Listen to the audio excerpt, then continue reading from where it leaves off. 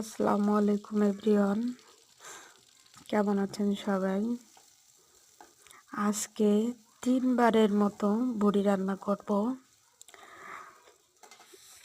আমি সরিষার তেল দিয়ে পেঁয়াজ ভাজা হচ্ছে আর বাটা মশলা দিয়ে আজকে বড়ি রান্না করব।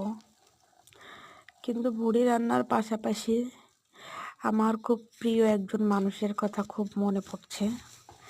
তাকে অনেক মিস করতেছি, যাকে আমার জীবনে প্রথম বড়ি রান্না করে খাওয়াইছিলাম।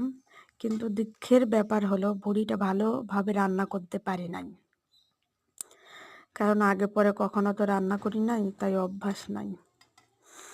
আর এটা হচ্ছে দ্বিতীয়বার আমি নিজে রান্না করে খাইছি, সেটা ভালো হয়েছিল।